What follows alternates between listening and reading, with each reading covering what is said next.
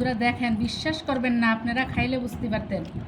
এই যে খুবই স্বাদের একটা জিনিস, আর শরীরের জন্য এটা বেশি একটা ক্ষতি নেই, কারণ ভাজা পোড়া তো একটু ক্ষতি, তারপরে এটা তো শাক দিয়ে বানাইছি, এই জন্য এটা উপকার আছে।